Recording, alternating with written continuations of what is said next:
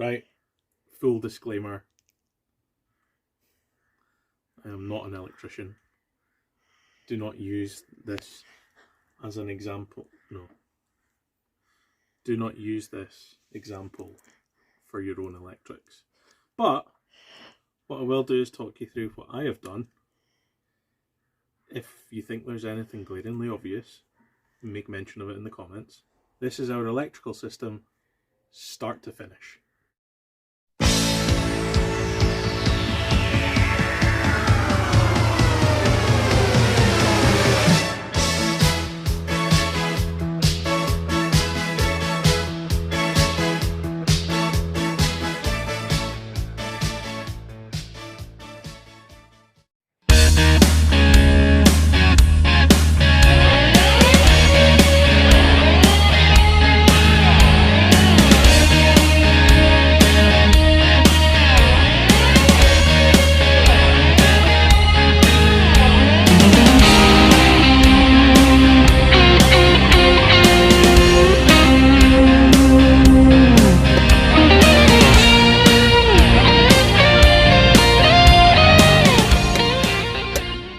Start with the batteries because I think that's the obvious place to start. What we've got are two 12 volt 100 amp hour batteries set up in parallel. So basically we've got 200 amp hours. We set them up in parallel just so that we basically had a bigger battery bank to draw from.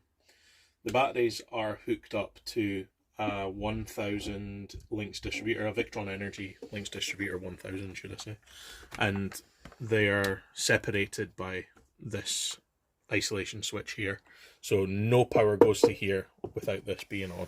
It is on at the moment. I'll turn that off because I'm touching stuff. Safety first. Jesus. Right, so from there, from the links distributor, the distributor is connected to the solar panels, it's connected to the inverter, and it's connected to the 12 volt fuse board. We'll talk about the 12 volt side of things first because I think that's easier. So from the solar panels, which you've already seen, they come down through the partition wall and they drop down here. So come along down into this twin pole isolator, which comes out at the bottom, and then into our MPPT solar charge controller. It comes into this piece here, this twin isolator, but because this is on nearly all of the time, I put in a little 10 amp circuit breaker just on the positive so that we had a little bit of extra security. From there, so through the solar charge controller, we come back around and up here through a 50 amp, because that's basically what a solar charge controller does, is it ramps up the amp hours, the ampage, through this circuit breaker here. So here's your positive and negative, and they run into the distributor down through here, and that's what charges the batteries. The inverter is an easier one to talk about because it's right here. So the inverter comes off the distribution down under here just for neatness. We've got the positive and negative from the distribution. Off of the positive, we have got a circuit breaker here. I think I've got that rated to 150 amps. If I was to flick that on, the inverter would fire up, so we're not going to do that. It's the same idea from the distributor. We've got another positive. It comes down here, runs along through this circuit breaker here, this little 50 amp circuit breaker, down into the positive piece of our 12 volt fuse board. So set up or hooked up to the 12 volt fuse board at the moment are the two bedroom lights, which you'll see shortly, or you've probably already seen them to be honest.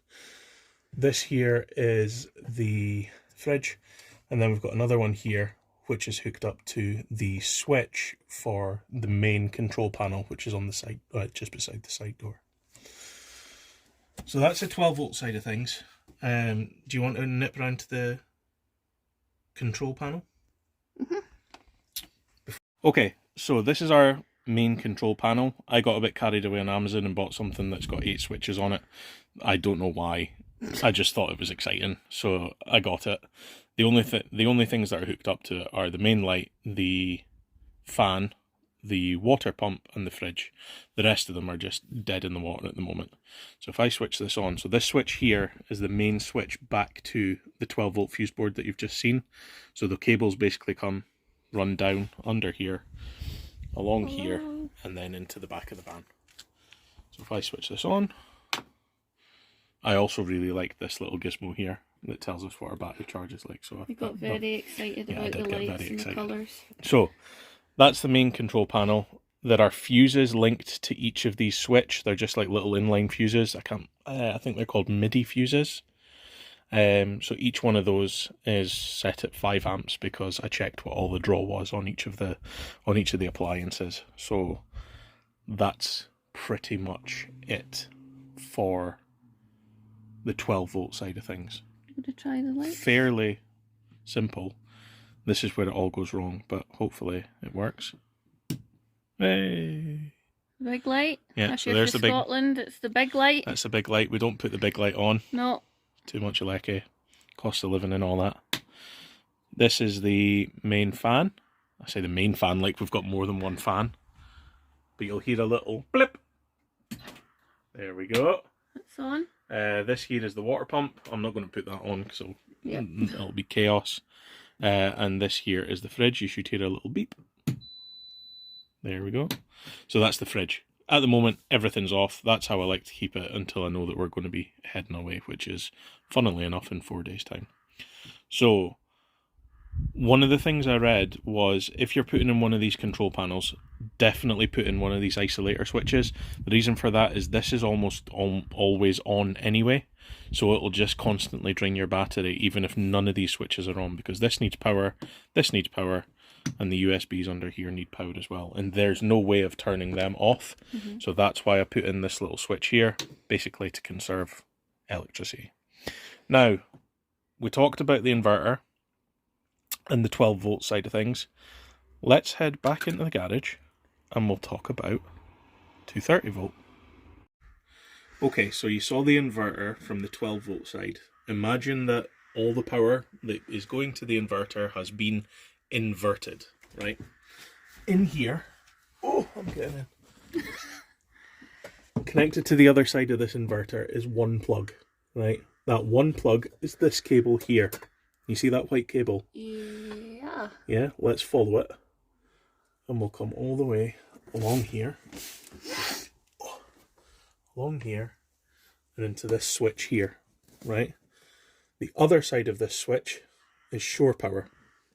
So what this does is it allows us to switch between inverter power and shore power and run off of the same, plugs that you just saw. So if I'm switched on 2, that means there's power coming from the inverter down into here, back out of here, back along, and then into this consumer unit here. White box. The white box, yeah. So that consumer unit there. Yeah. And then out to the sockets that are in the middle of the van. If we were hooked up to shore power, for argument's sake, we were on a campsite, switch to 1, power comes in from here, comes out of here through the same cable, along into the consumer unit, and away out to the plugs on the inside of the van. Now, clever bit. Well, I think clever bit. So there's one socket that you'll see just next to the consumer unit that has a plug in it, right? That plug there comes out under the inverter and goes into this smart battery charger here. Now, we will only be using this when we're hooked up to campsite. So we have a primary source of charging the batteries, which is through the solar. But when we're hooked up to shore power, we can also have this on as well, because it's a smart battery charger. What we'll have is the 2 sources charging the battery at the same time. So that comes out here, down, and then into the positive and negative of the batteries. So you might be wondering, why has he done that? So we live in Scotland. It's a beautiful place, it really is. But it's hardly ever sunny. Yes. Let's be honest. right? So It's not like Instagram. no, it never we is have like like Instagram. half an hour of the sunny day, and then it's pea and rain the rest of the time. That's it, exactly. So we don't get. Yeah, it's been great. It's been a fantastic summer, but we Yeah. don't get this kind of sun all the time. So what I thought was, if we are starting to run a wee bit low on the battery side of things, just using solar power, we have the option to just find a campsite. Let's get into a campsite. Let's say it's choking down with rain. It's an absolutely horrendous day. Get into a campsite, hook up, switch over to this, turn that on, and then we have two sources powering or charging the batteries. Now, it rains a lot in Scotland, but it doesn't typically rain for days and days and days on end. So what it'll at least let us do is have a bit of a boost, or give us a bit of a boost, so that we can charge up for a day and then get on our merry way. Now, there was something else I was going to talk about there, but it's gone completely out of my head. The distributor, because some people will be talking about, well, some people will be wondering about grounding and things like that. I've done a lot of research. There's a lot of conflicting information. Like, I'll be honest, there's a lot of conflicting information about a lot of the things that I've done here. Some people talking about it working great. Some people worrying about, so for argument's sake, the consumer unit here. People talking about, well, power coming from the inverter isn't going to necessarily cause an earth imbalance, which would cause an RCD to trip. That's one argument. Another argument is that an RCD would trip fine. Now, I did get a little bit of help from a known source. Do not name him. No naming He doesn't names. want to be named. No one wants to know. He doesn't want anyone to know who he is. So he has helped with the 230 volt side. He basically hooked it up, set it up for me per our own instructions, as in we just did a bit of research ourselves. But being a registered Sparky, he is an electrician. Being a registered Sparky, we thought this is probably a good idea. Hello, boy. Hello. Are you coming in to see the electrics? Are you interested? You probably know more than I do. Yes. Yes. So, from the 230 volt side, I'm quite comfortable because it's been looked at from a professional perspective. The 12 volt side hasn't, but I've done a lot of research. I've done lots of drawings. Lots and lots of drawings. Well, and do we still have a drawing? Somewhere. Probably somewhere. Yeah.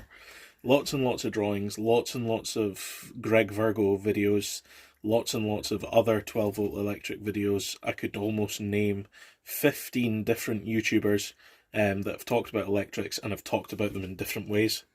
So what I've kind of done is tried to pull the best of both worlds and put as much protection in as I can. Anything that's connected to a positive has a circuit breaker in it. Anything that is on the negative side of things is grounded to the van here. That's what I was going to talk about. So the grounding point is here on the van, which is part of the chassis. There's conflicting information about whether or not the earth from the consumer unit should also be hooked onto here. We're in a bit of a no man's land at the moment around that. So again, any comments, any kind of advice that you'd like to give that is considered constructive, don't just fucking tear me a new one. Anything constructive, just give me a shout, and I'll see if we can rectify it. What I will say is it's worked swimmingly, up to now. Touch wood. Touch hairy wood. This is hairy wood. Yeah. This is a new inverter. The first inverter went kaput, but it went kaput because it never worked, right? I never actually tested it properly. This one here, as soon as I plugged everything in, all the little gizmos fired up and everything was Ariana Grande. So I'm quite happy with what we've done here. Is that meaning wrap it up? Okay, so have you spoke about everything? Everything has been spoken about, I think. And this is what we've done. This is what I've done. And we're going away on Thursday, so I guess we can... If we never post another video, you'll know that the electrics haven't worked. And there's been an issue. because Please. because we've electrified the van and killed ourselves. And on that note, thanks for watching. And any comments, any advice, anything, and like Stuart said, constructive, please, and be kind. We've done this van build over 1 year, both working full time and both with zero life skills. So plenty of life skills, just zero joinery, plumbing, electrical, carpentry, skills. Yeah. None of those, right? So this has been very much a no experience van build, which has been a massive learning curve. I've really enjoyed I've it. loved it. Laura's hated it, let's be honest. I've not hated it. I've enjoyed it mostly. Yeah.